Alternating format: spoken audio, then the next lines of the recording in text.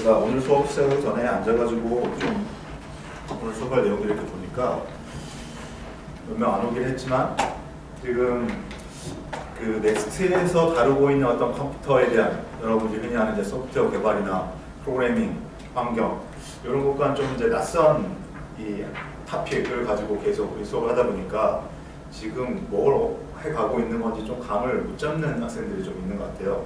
특히나 이제 지난 시간 같은 경우에는 제 느낌에는 학생들 얼굴 표정이 더 안 좋은 것 같아가지고 그래서 잠깐만 한 5분 정도만 지금 이 겉으로 봐서는 우리가 이제 어셈블리 이 프로그래밍 코드 이렇게 보면서 이제 CPU 아키텍처를 보고 있는데 지금 어떤 맥락에서 이걸 살펴보고 있는 것인가 한번 좀 정리를 해보고 오늘 수업 내용 들어가도록 하겠습니다. 먼저 우리 첫 시간부터 얘기했다시피 컴퓨터 아키텍처 또는 컴퓨터 시스템 아키텍처, 컴퓨터 구조라는 이런 주제를 프로그램을 우리 소프트웨어 공부하던 컴퓨터 공학을 공부하던 과목으로서 이렇게 제공이 되고 있습니다. 그래서 우리가 약간 이제 선입견적으로 이렇게 살펴보면 컴퓨터 구조라 하면은 하드웨어를 다루는 어떤 그 토픽 과목이다 라고 생각을 할 수가 있어요. 그래서 넥스트하고는 좀 거리가 먼 전기 회로, 디지털 회로, 그 다음에 뭐 하드웨어 설계, 회로 설계 뭐 이런 것들을 볼 수 있는데 제가 첫 시간부터 쭉 강조를 해오고 있다시피 컴퓨터 시스템 구조라고 한다면 우리 소프트웨어 엔지니어 입장에서는 컴퓨터 하드웨어가 소프트웨어를 어떻게 실행시키고 있느냐 이걸 살펴보는 겁니다. 그러기 위해서 아래쪽 컴퓨터가 어떻게 구성되어 있느냐라는 것이죠. 가장 간단한 그런 접근 방법에서 가장 간단한 건 여러분이 PC의 구조를 이해하는 겁니다. PC의 구조라고 한다면 흔히 우리가 PC 박스 안에 메인보드, 마더보드라고 하는 메인보드가 들어있고 여기에 CPU, 메모리들, 그다음에 I/O 장치, 브릿지 칩들 여러 가지 이제 선을 꽂을 수 있는 나와서 SATA라고 하는 SSD 아니 하드디스크 이런 것들 꽂을 수 있는 것, USB를 통해 가지고 키보드나 모니터, 키보드나 마우스, 디스플레이 장치로 연결되는 것들 이런 식으로 구성된 것들 위에 여러분이 하드디스크에 만들어 놓은 프로그램이 있으면 이 프로그램을 여러 가지 I/O 장치를 통해 가지고서 메모리에 올려서 CPU가 실행하고 그 결과를 디스플레이다 보고 여러분은 이 USB 연결되어 있는 키보드나 마우스 등을 가지고서 그 프로그램의 어떤 동작을 제어하는 거였습니다. 이게 이제 컴퓨터 시스템을 뭐 꼭 이해하지 않더라도 컴퓨터라는 게 이렇게 동작하는구나 이제 살펴보는 것이고 이걸 조금 더 이제 굳이 학문적이라기보다는 이제 우리가 이제 컴퓨터가 어떻게 동작하는지를 이해하는 입장에서 또 컴퓨터에다 일을 이제 시키는 프로그램의 입장에서 본다라면 이런 컴퓨터 시스템은 크게가 아니라 좀 축약을 시켜가지고 CPU와 메모리로 구성된 어떤 전기 전자 장치가 되는 것이고 여기에 다양한 그래픽 장치, 하드디스크, 키보드 이런 것 등은 I/O라는 것으로서 연결되어 있는 것이다. 그래서 결국 컴퓨터라는 것은 메모리상에 들어있는 프로그램과 데이터를 CPU에 가져다가 순간적으로 실행하는 그런 기계가 되겠습니다. 그래서 이제 이걸 우리가 컴퓨터 시스템 아키텍처를 공부한다라고 하면은 여러 가지 관점에 따라 가지고서 이런 시스템을 구성하는 방법을 배워보실 수도 있고 또 이런 CPU를 설계하는 방법을 배워보실 수도 있고 또 이런 각종 I/O 장치들의 특성과 동작 방식 그리고 하드웨어적으로 I/O 장치를 설계하는 방법을 배워보실 수도 있습니다. 그런 것일 수도 있다라기보다는 그런 것들을 다 포함하고 있는 것들이죠. 이제 우리한테 주어진 시간과 목표에 따라 가지고서 우리는 어떤 것들을 목표로 하냐면은 이러한 컴퓨터 시스템 위에 우리는 프로그램이라는 걸 만들어 가지고 뭔가 이제 실행할 수 있도록 지시를 할 텐데 이 프로그램이 이 시스템 안에서 어떻게 동작하는 것인가 그리고 그렇게 동작하기 위해서 이 시스템은 어떤 구성과 동작 방식을 가지는가 이걸 이해해 보자는 겁니다.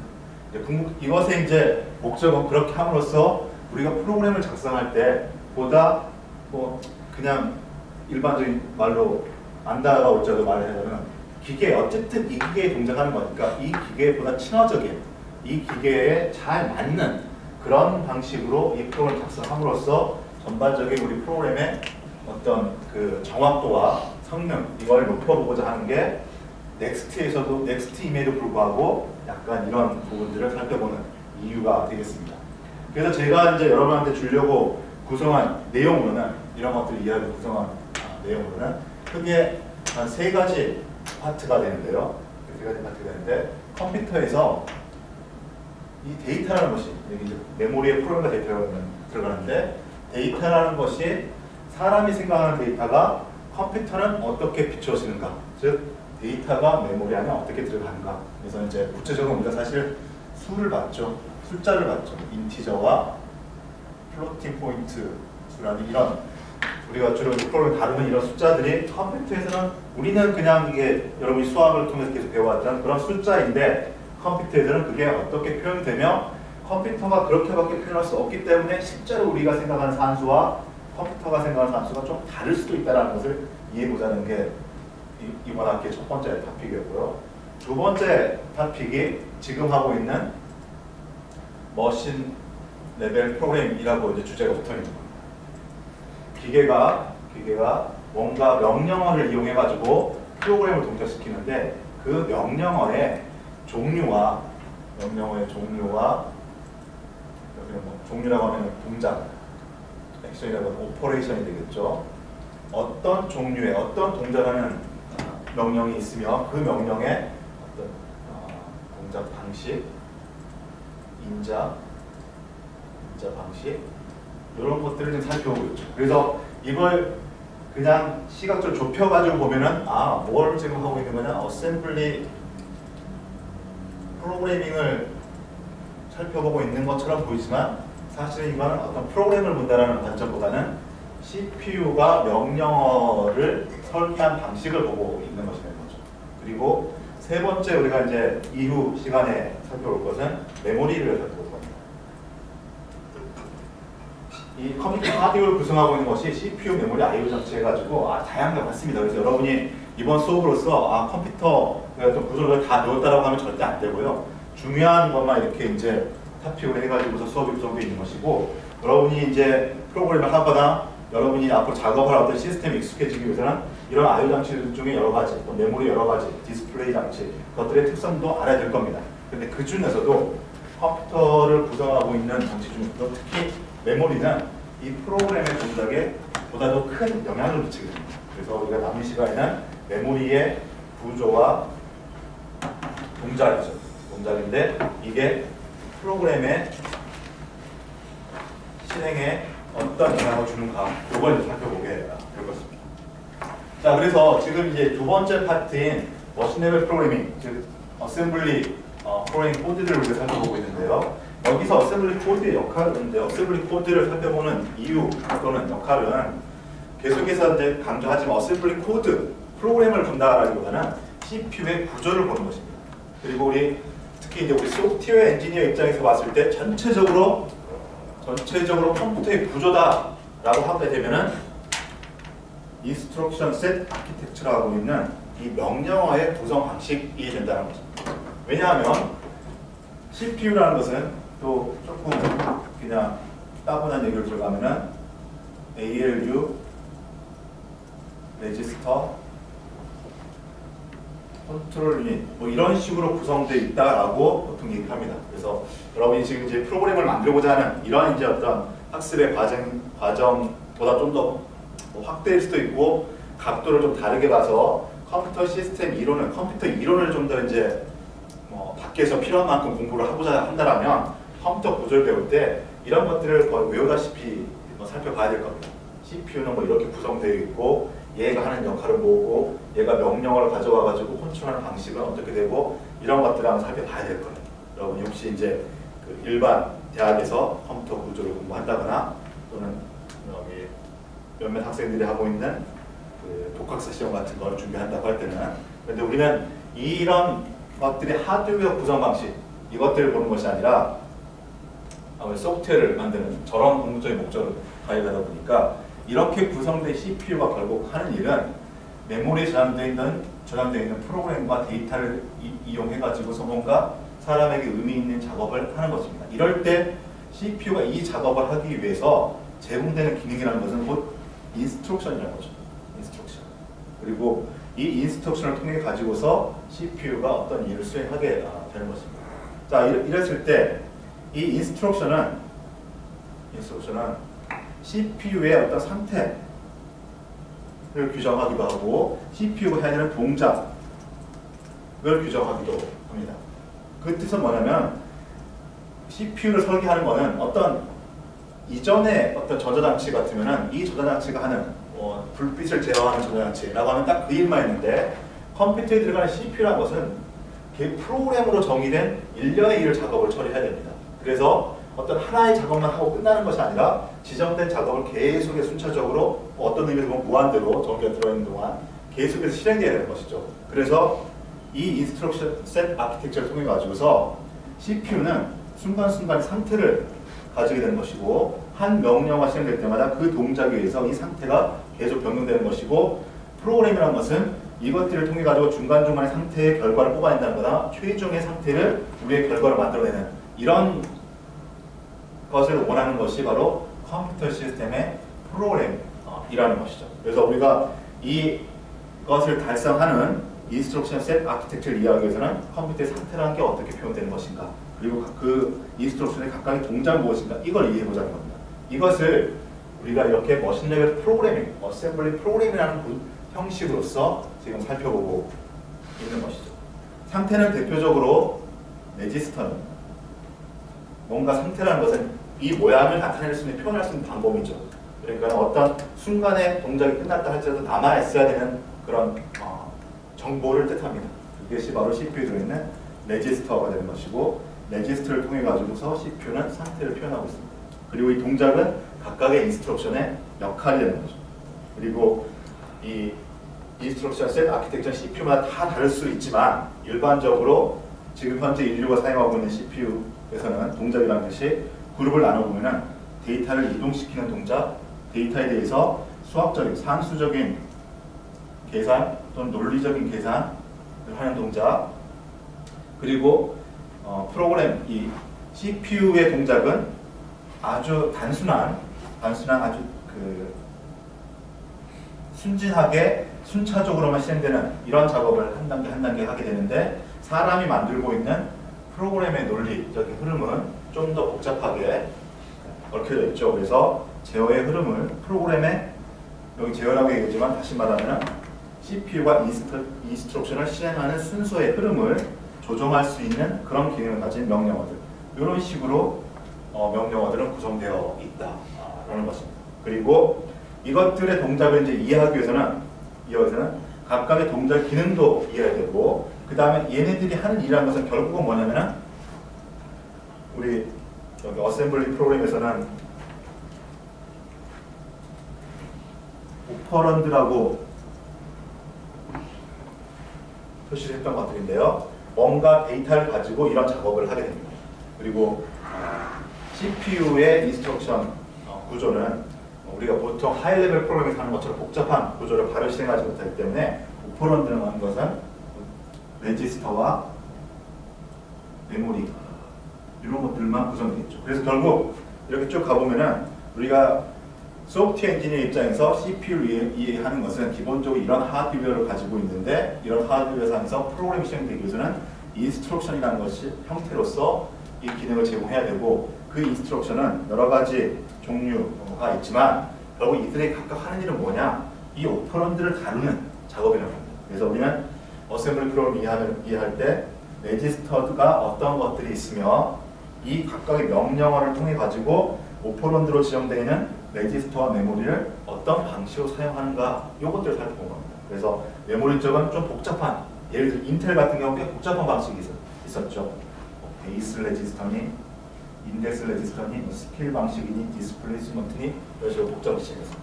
이런 것들은 사실 어쩌면은 이번 학기 수업을 통해 가지고 여러분이 가져간 큰 것에 속하지는 않습니다. 인텔 CPU에 특화된 어떤 기능이라는 거죠. 이제 아마 이런 연습을 통해 가지고 우리는 이제 학습 목표가 인텔 CPU의 이런 것들을 살펴보는 게 하나의 학습 목표를 가지기 때문에 이걸 구체적인 것들을 공부하긴 하지만 큰 흐름상에서는 그냥 이런 것들이라는 거죠. 여러분이 만약에 암을 하게 되면 암에서는 이거와 좀 다른 방식으로 메모리를 사용하는 그런 모습을 볼 수가 있습니다. 자, 아무튼 다시 이제 다시 또 하이 레벨 위로 와서 이걸 정리해 보면은 우리는 CPU가 이런 식으로 하드웨어 내부가 구성되어 있고 이런 것들을 설계하는 것이 하드웨어 엔지니어들이 바라보는 꽤 넓은 세계가 있지만 우리 소프트웨어 엔지니어 입장에서 CPU, 컴퓨터 시스템의 구조라는 것은 이런 거 위에서 올라가는 인스트럭션의 구조와 동작을 살펴보는 거다. 그리고 인스트럭션이라는 것은 CPU의 상태를 결정짓는 여러 가지 동작을 하는 것이고 CPU의 상태라는 것은 레지스터로 구성되고 뒤에 하겠지만 레지스터에는 범용 인텔 같은 8개 범용 레지스터가 있고 아주 중요한 프로그램 카운터 레지스터가 있고 지난 시간에 마지막 부분에 있던 컨디션 코드 이런 것들이 있습니다. 그래서 이런 것들에 의해 상태 결정되고 그것들을 조작하는 것이 바로 이런 명령. 그리고 이 명령의 역할은 명령의 오퍼런드인 레지스터와 메모리들을 어떻게 가져오는지, 어떻게 저장하는지, 가져온 것들을 어떤 연산을 하는지 이런 작업들로 구성되어 있다는 것입니다. 그래서 우리는 이런 개념을 잘 이해하기 위해서 실제로 이제 예시로 들고 있는 것이 인텔 CPU의 어셈블리 수준의 프로그래밍들을 쭉 보면서 또 여러분이 그 어셈블리 코드만 봐서 좀 너무 로우 레벨일 수 있으니까 C와 같은 하이 레벨 엔지니어 매칭을 시켜가면서 이런 동작을 지금 살펴보고 있는 과정이라고 보시면 되겠습니다. 그냥 제가 생각난 대로 메모를 몇 장 해와가지고 지금 도대체 왜 뭘 하고 있는가를 다시 한번 살펴봤어요. 그래서 좀 그런 맥락을 여러분이 가지면서 내가 큰 흐름에서 캐치해야 될 부분과 지금 오늘도 이제 구체적인 내용들을 살펴보겠지만 그 구체적인 내용들이 어떤 부분에서 뭘 설명하고 예를 보여주기 위해서 지금 화면에 나타나 있는가 요걸 좀 인지하고 이 자리에 앉아 있으면 조금은 더 편하게 수업을 진행할 수 있을까라고 생각을 좀 해봅니다. 자, 그러면 역시나 또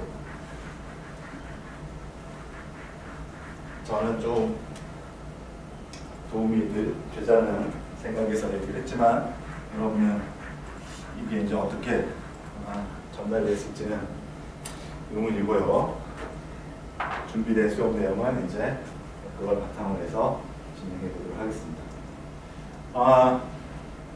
오늘 할 부분은 아까 이제 보였던 그 인스트럭션 셋 아키텍처에서 그래서 세 번째 파트에 있던 컨트롤 제어의 이동 관련된 부분이고 제어의 이동이라는 것은 프로그램이 쭉 인스트럭션을 그 다음 거 실행해 가다가 바로 다음 거가 아닌 어떤 다른 위치에 있는 인스트럭션을 실행하는 것에 대한 내용이 되겠습니다. 그래서 CPU만 놓고 보면 제가 그냥 좀 편하게 보자라는 의미에서 CPU는 아주 무식한 단순한 기계다 라고 얘기하는데 좀 더 정확히 얘기를 하자면 단순한 기계라기보다는 정직한 기계인 것 같아요. 그러니까 CPU는 계속해서 자기 다음 거 그러니까 전체적인 프로그램 구조가 어떻게 생겼는지를 이해하지 못한 상태에서 다음 거 계속 실행하는데 사람이 만들어 놓은 어떤 그 플로우 차트나 알고리즘의 흐름은 조금 더 복잡할 수 있는 것이죠. 그것을 구현하기 위해서 인스트럭션 셋 아키텍처는 어떻게 설계가 되었냐라는 것입니다. 만약에 여러분이 이런 정보 전혀 없이 CPU를 설계한다라고 하면은 그 하이 레벨 사람이 생각하고 있는 업무의 작업의 흐름을 이런 정기 회로로 만들어져 있는 기계는 그걸 어떻게 구현할 것인가 이런 걸 설계한다는 거죠. 지금은 우리가 이제 공부하는 거는 이미 역사적으로 100년 이상을 사람들이 만들어 놓은 그런 CPU 아키텍처의 가장 기본적인 틀을 보고 있다는 겁니다. 자, 그래서 이제 세 번째 파트인 컨트롤 파트로 와서 컨트롤 파트의 중요한 거는 이렇게 프로그램의 흐름을 딴 데로 옮기는 점프 기능이 되고요. 이 점프 기능을 설명하기 위해서 CPU마다 여러 가지 방식을 쓸 수는 있지만은 기본적으로 조건의 이전 명령어의 어떤 실행 결과를 담는 조건 레지스터, 즉 상태죠. 이전 명령어의 실행 상태를 담고 있는 레지스터들이 있고 그 레지스터의 값에 따라 가지고서 프로그램 흐름이 바로 다음 걸로 가든지 내가 지정해놓은 어떤 다른 위치에 있는 프로그램 가든지 하는 식으로 동작하는 게 점프 명령어가 되겠습니다. 지난 시간에는 이런 맥락에서 얘기한 주제의 내용이긴 하지만 이런 것들이 인텔 CPU에서는 컨디션 코드라는 것으로 구현이 되고 컨디션 코드를 이용하는 방식에 있어 가지고서 그 조건 값을 내가 읽어보기 위한 방식을 이용할 수도 있고 여러 가지 또 이렇게 점프하는 방식을 이용할 수도 있고 조건으로 점프하는 방식을 이용할 수도 있고 하는 여러 가지 경우 케이스를 지금 얘기했었습니다. 그래서 지난 시간에 점프라는 것의 의미와 점프 명령어의 어떤 기본적인 종류를 살펴보는 것 정도로 해가지고서 이제 수업을 마치고 여기 연결되게 되는데요. 다시 한번 연결을 시키면서 점프 명령어를 더 구체적으로 보도록 하죠. 점프 명령어는 인스트럭션 명령어를 하나씩 CPU가 실행하다가 원래 CPU는 단순히 아주 정직하게 다음 명령어 이렇게 실행하는데 이 중간에 점프라는 명령어가 있다라고 하면은 이것 자체가 뭔가 CPU를 띄워가지고서 다른 메모리 위치로 옮겨준다는 이런 개념보다는 CPU는 다음 명령어를 실행할 수 있는 근거가 바로 뭐였냐면은 프로그램 카운트라는 상태를 담고 있는 레지스트였습니다. 그래서 점프 명령어는 프로그램 카운트의 값을 그냥 단순히 바꾸기만 한 것이다. CPU가 명령어를 실행하는 어떤 위치로 옮겨준다기보다는 물리적으로 옮겨준다기보다는 프로그램 카운트의 값을 바꿔줄 뿐이다라는 것입니다. 그래서 점프 명령어는 그 다음 오퍼런드로 주어지는 것이 메모리의 주소입니다. 메모리 주소고 인스트럭션들도 결국은 아까 CPU와 메모리 이런 구조상에서 메모리에 프로그램과 데이터가 있고 이걸 가져다가 하는 것이니까 명령어들도 각각 메모리에 위치하는 것들인데 매 명령을 실행할 때마다 이 명령을 실행할 때 프로그램 상태, 프로세스 상태인 프로그램 카운트는 그 다음 게 들어있고 그 다음 게 들어있고 이렇게 동작을 하는데 점프 명령을 실행하게 되면 그 다음 거가 아닌 그 다음 거일 수도 있고 그 다음 거가 아닌 그 바로 하나 더 다음 거 또는 더 멀리 떨어져 있는 다음 거 이런 식으로 프로그램 카운터를 바꿔주는 게 점프라는 것이죠. 그리고 점프 명령어는 무조건 점프하는 기능과 조건부로 점프하는 기능이 각각 제공되고요. 제공되고 앞에서 이제 이전에 봤던 조건 코드를 이용하게 되면 여기서 무조건 점프하는 것이 아니라 조건에 따라 가지고 바로 뒤로 가기도 하고 이쪽으로 가기도 하고 이런 식으로 지게 되는 것이고요. 무조건 점프라는 것은 여기서 점프 명령을 만나면 무조건 어떤 위치로 가는. 그래서 예를 들자면 무조건 점프의 일반적인 용도는 함수의 호출 같은 경우에는 무조건 이 줄을 만나면 그 함수가 있는 위치로 점프하는 이런 기능이 되는 것이고 조건부 점프의 대표적인 기능은 우리 하이 레벨 랭귀지의 if문 같은 이런 조건부 실행하는 컨텍스트 프로그램 흐름은 조건 점프로서 구현이 되겠습니다. 그리고 뒤에 오퍼런드는 결국 이동해갈 주소인데 이 주소를 지정하는 방식은 직접과 간접 두 가지 방식이 있습니다. 그래서 라벨이라고 표시된 것은 바로 우리 메모리 주소를 뜻하는 것이고 여기에 별표가 붙어 있는 것은 이 뒤에 오퍼런드 이놈으로 바로 점프를 해가는 것이 아니라 이놈이 담고 있는 값에 해당하는 메모리 주소로 간다는 것입니다. 그래서 이게 문법적으로는 점프 다음에 별표 없이 EAX가 온다라면 일단 이런 문법은 틀린 문법이긴 하지만 그 의미는 EAX로 점프를 해라라는 뜻이 되는 것이고 별표를 주고 EAX가 적게 되면 EAX에 들어있는 값으로 점프를 해가라는 뜻이 됩니다. 그래서 간접과 직접이라는 게 그런 차이를 가지고 있다는 것까지 설명합니다. 괄호가 있으면 어떻게 되는? 여기에? 네, 약간 아래. 여기에? 네. 그렇죠? 저 우리 앞에 오퍼런드 얘기할 때 이 가로는 뭘 가리킨다라고 했는지 EX가 가리키는 주소를 이거는 메모리를 가리킨다라고 했잖아요. 앞에서 오퍼런드 얘기할 때. 그래서 지금 표시된 거는 EAX만 있지만 이거는 EAX가 담고 있는 주소로 가는 거고 이거는 그러니까 사실 별표 자체가 이 뒤에 걸로 가는 게 아니라 뒤에가 타겟이 아니라 뒤에 것이 담고 있는 값이 타겟이 된다는 뜻이거든요. 그럼 이건 뒤에 것이 2ax인 거고 이건 뒤에 것이 가로 2ax예요.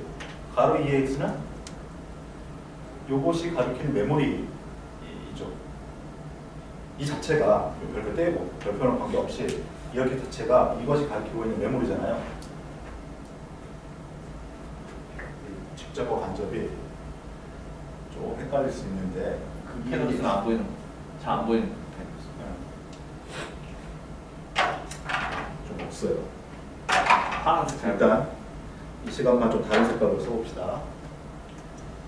레지스터가 있어요. 여기는 ECS, EDS, BS 이런 등등의 레지스터가 있습니다. 그리고 쭉 메모리가 있어요. 메모리가 쭉 0번지부터 4기가번지까지. 직접과 간접의 뜻은 직접은 바로 그 자체가 나타내는 거예요. 직접 그 자체가. 그래서 만약에 점프 EAX 만약 이렇게 썼다라고 하면은 프로그램 코드를 이 위치로 옮기라는 뜻이에요. 근데 이거는 이제 말이 안 되는 거니까 애초에 이제 안 되는 거고, 여기서 점프하고 100이라고 썼다. 그러면은 메모리 주소 100번지에 있는 프로그램으로 여기를 실행하는 뜻이 되는 거예요. 그러니까 명령. 그래서 실행은 이걸 그냥 실행하는 겁니다. 그런데 점프하고 이것부터 이해하면 돼요. 별표 치고 100번지 100이라고 썼다. 그리고 이건 간접이라는 뜻이거든요. 간접이라는 뜻은 100번지로 점프하는 뜻이 아니라 100번지에 뭔가 값이 있을 거예요. 이게 우리 이제 이미 아까 우리 수업 중에 보면 컴퓨터가 데이터를 어떻게 표현하는가 전부 다 그냥 비트 표현이잖아요. 어쨌든 비트 표현이 있죠. 그걸 어떻게 사용하는 거고 뭔가 비트 표현이 있을 텐데 그때 이거는 명령으로 인식하는 것이 아니라 그냥 숫자를 인식한다는 거죠. 숫자를 인식해가지고 얘 숫자가 가리키고 있는 메모리 주소 여기로 프로그램 카운트를 세팅하는 거. 이것이 이제 이것의 의미죠. 그래서 여기로 이제 EAX 이걸로 돌아와 보면 점프 EAX. 근데 이거는 원래 안 되니까 이렇게만 했습니다. 그러면은 EAX에 뭔가 값이 들어있어요. 값이 들어있죠. 여기도 뭔가 값이 들어있고 값이 들어있습니다. 그러면 이 말은 EAX로 점프하는 게 아니라 EAX가 가지고 있는 어떤 값이 메모리에 있는 어떤 위치 500이라는 값이 들어있다. 그러면 이걸 500이라는 숫자를 주소로 인식해가지고 점프하고 EAX 이렇게 되는 거는 500이라는 숫자로 점프하게 되는 여기로 프로그램 카운트가 세팅되는 걸 의미하는 거고, 만약에 점프하고 이렇게 EAX가 됐다. 그러면 이것이 담고 있는 주소로 간다는 뜻이거든요. 이것이라는 게 뭐냐? 앞에서 우리가 메모리를 사용할 오퍼런드를 얘기할 때 이것 자체가 EAX가 가리키고 있는 메모리입니다. 즉 EAX가 500이 됐다면 이 값은 500이 아니라 500이 가리키고 있는 메모리를 뜻해요. 그럼 이때 그래서 이 가로 없이 써버리면 여기로 점프하는 게 되는데 간접이라고 이렇게 적었기 때문에 이 값이 가리키고 있는 여기서 1000이라는 숫자가 들어가 있을 수 있는 거죠. 그렇게 되면은 EAX가 가리키고 있는 메모리로 가서 여기 메모리로 점프하는 게 아니라 다시 간접이기 때문에 얘가 가리키고 있는 1000번지로 점프하는 프로그램 카운트.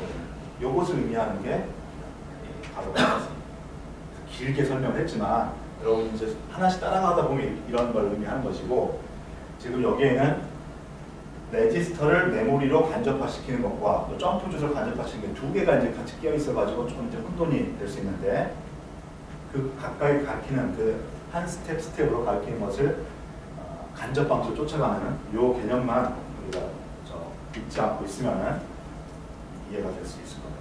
그리고 이런 방식들이 사실 얘기가 나왔으니까 잠깐 더 하면 우리가 특히 C 프로그램 같은 데서 포인터를 얘기를 하잖아요.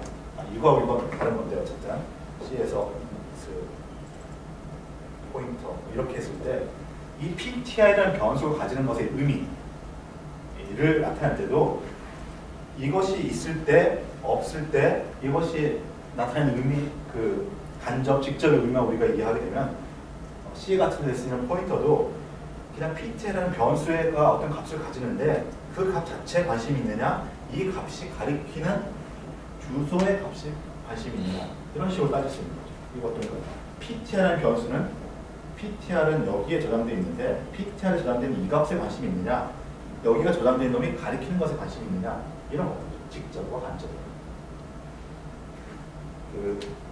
이제 여기 이제 우리 아키텍처 수업이니까 로우 레벨에서 직접 간접 이렇게 하게 되는데 우리 컴퓨터에서 뭔가를 여러분이 작업하다 보면 직접과 간접 이런 게 이제 계속 나올 텐데 인다이렉트, 다이렉트 같은 맥락에서 이해해 주시면 될 것 같아요.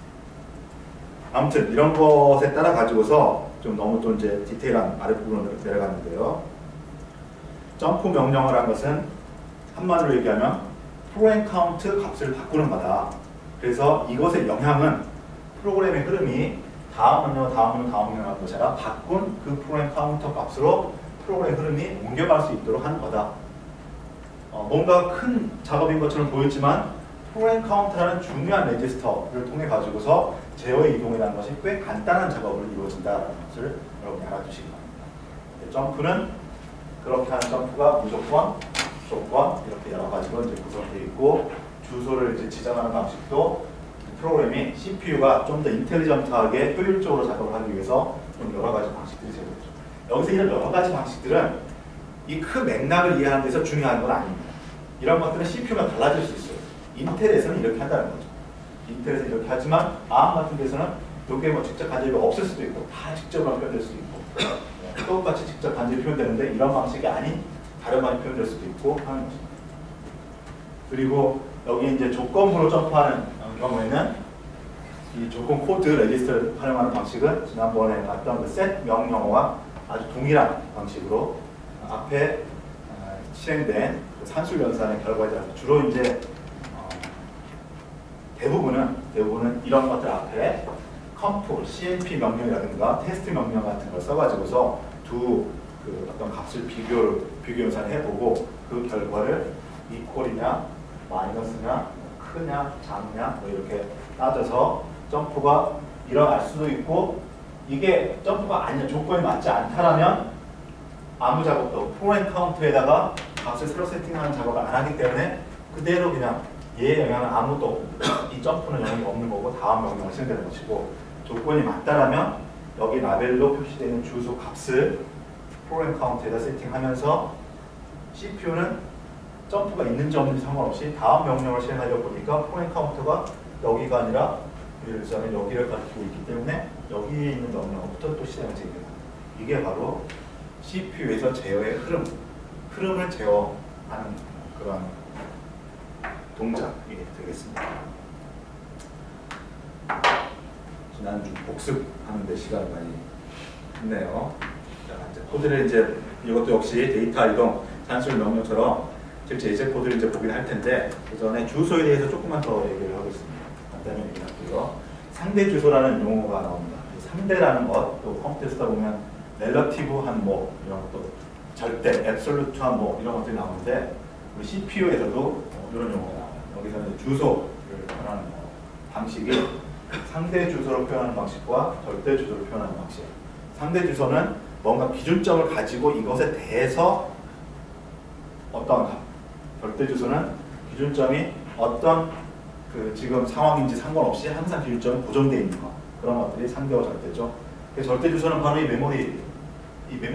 0번지부터 4기가까지 있는 컴퓨터가 좀 켜지면 변하지 않는 값. 그래서 100번지, 500번지, 뭐 1000번지 이런 식으로 주소를 줄 수 있고요. 점프 다음에다가 줄 수 있고 상대 주소 방식으로 줄 수도 있는데 이 경우는 기준점이 뭐냐? 현재의 프로그램 카운터입니다. 프로그램이 이렇게 쭉 실행되고 있죠. 기본적으로 CPU의 동작은 이 명령어가 실행되면 아무 작업하지 않더라도 CPU의 내부 회로 구성상 이 명령어가 실행되면 프로그램 카운터가 자동으로 다음 명령을 가리키로 이렇게 내부적으로 동작을 합니다. 그럴 때 PC 상대 주소라는 것은 여기에서부터 이쪽으로 점프해라 또는 여기에서 이쪽으로 점프해라 여기 주소가 있겠죠. 이거는 0번지부터 시작해서 0번지, 4번지, 8번지 차례차례 시행하다가 여기에서 점프가 성공하면은 100번지로 점프해라 라고 절대 주소를 쓸 수도 있지만 여기가 만약에 10번지다 그러면 상대 주소로서 여기서부터 여기까지는 90의 차이를 가지고 있죠. 그래서 여기다가 점프 100이 아니라 90으로 쓸 수도 있다는 것입니다. 그럼 왠지 헷갈리잖아요. 이게 절대 주소인지 상대 주소인지 그거는 명령어가 구별합니다. 우리는 여기에서는 그냥 명령의 의미만 표시하니까 되는데 실제 이런 점프 명령어들이 기계어 코드를 보면 얘를 보면 이제 기계어 코드는 이렇게 표현되는데 여기 JLE, JG 뭐 이런 것도 있는데 여기 보시면 7F, 7B 이런 식으로 점프 명령어이지만 조금씩 코드 그 값이 달라요. 명령어를 나타내니까 점프 명령 종류 여러 개가 있다는 것이죠. 그래서 이게 상대 주소를 나타내는 것인지 절대 주소를 나타내는지 실제 CPU는 이걸 보고 압니다.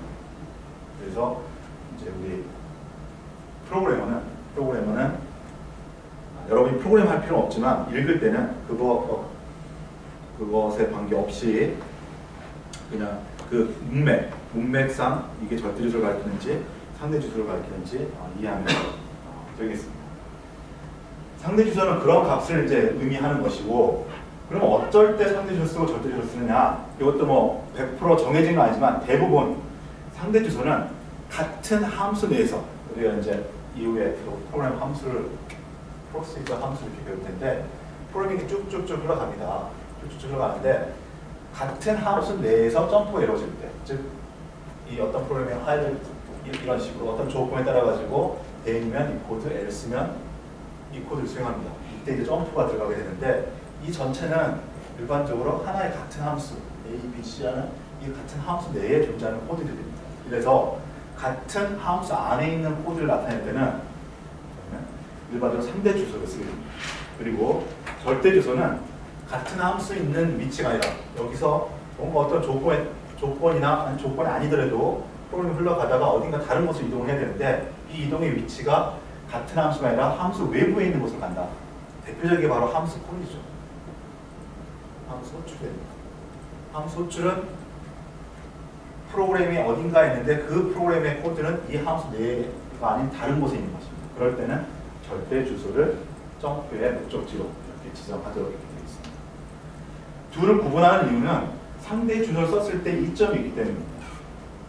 절대 주소를 쓴다는 것은 여러분들이 그 오퍼레이팅 시스템에서 가상 메모리 이런 것들을 배울 때 컴파일러하고 링크해 갈 때 컴파일할 때부터 어떤 변수의 주소를 지정한다라고 하게 되면 그 프로그램을 실행시킬 때마다 매번 같은 주소에 올려야 되기 때문에 문제가 있어가지고 우리 오퍼레이팅 시스템, 컴파일 시스템에서는 컴파일할 때 그 실제 메모리에 주소를 바로 쓰는 것이 아니라 일로케이터블 주소를 써놓고 나중에 링크할 때 결정한다 이런 말이 있습니다. 마찬가지로 여기서도 이 같은 함수 내에 있는 이런 그 어떤 코드의 위치를 여기다가 점프하는데 실제 메모리 위치에 들어가 있는 절대 주소를 써버리게 되면은 링크할 때마다, 그래서 이 함수가 이 프로그램이 다른 어떤 함수하고 링크될 때마다 함수가 다른 프로그램하고 링크될 때마다 이 위치는 바뀔 수가 있기 때문에 프로그램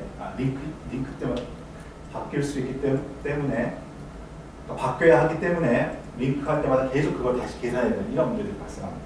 그런데 이것을 절대적인 위치가 아니라 내 여기 위치에서부터 이만큼 떨어진 곳 이런 식으로 표시하게 되면은 얘를 컴파일했을 때 이 상대 위치는 결정이 되는 것이고 여기에 어떤 모듈들 링크되는 것과 관계없이 이 상대적인 위치는 그대로 유지되기 때문에 이렇게 링크 작업이 간단해진다는 이점이 있을 수 있습니다. 그래서 같은 함수 내에서는 일반적으로 상대 주소를 써서 표현하는 것이 유리합니다.